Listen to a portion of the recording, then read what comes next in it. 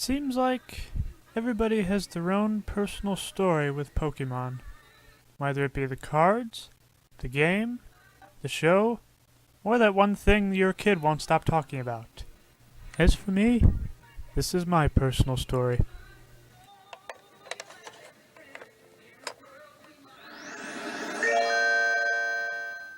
My story starts back in either 1999 or 2000. I was very young at the time, and quite frankly, I forget what I had for breakfast this morning. Anyways, I remember it was a friend I met on the bus who first got me interested. They brought in these interesting toys and the stories of the amazing show they came from. It was one of those Saturday morning cartoons, if anybody still remembers those. For those wondering, essentially, major broadcasters such as ABC, NBC, Fox, and WB, which is now known as CW, would devote Saturday morning to something better than just the news.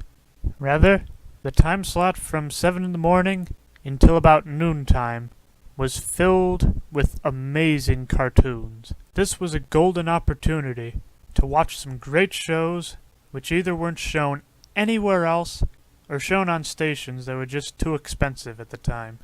This custom isn't completely dead though, but let's compare this to this. Anyways, to get away from that tangent, I believe it was Fox at 7 o'clock in the morning I first saw the show. I saw the first few episodes and was hooked.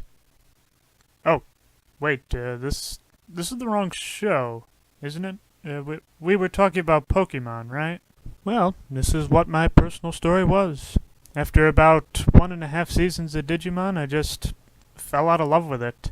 With a story that was so long and hard to understand for a little kid, and of course being at 7 in the morning, I turned to something that came on a little later. And yes, the show I'm talking about is Pokemon. Pokemon, I believe, was on WB.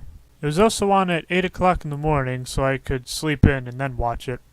It wasn't a complete transition, though. Occasionally I would switch back and forth between Pokemon and Digimon, depending on how much sleep I got the night before. However, I really didn't understand the story as I was watching it, so just watching one episode at a time just made it even more confusing. I would enjoy Pokemon for a great many years, show-wise anyway.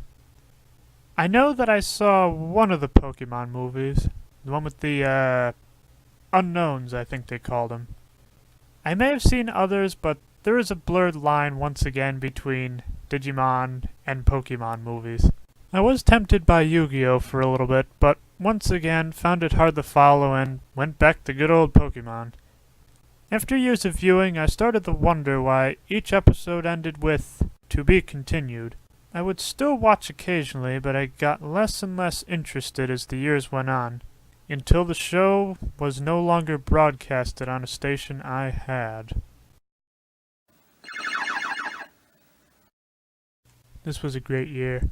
Netflix was starting to become an amazing means for watching shows I both loved on Saturday, but also those I never really got the chance to watch. After years of finally finding out what the name of the show was, it became natural for me to see if Digimon was on Netflix. Sure enough, it was. Being older, and not having to wait another week to find out what happens next, I was finally able to understand the complex story as well as thoroughly enjoy it. If my memory serves me correctly, I believe Omega Ruby and Alpha Sapphire also came out this year.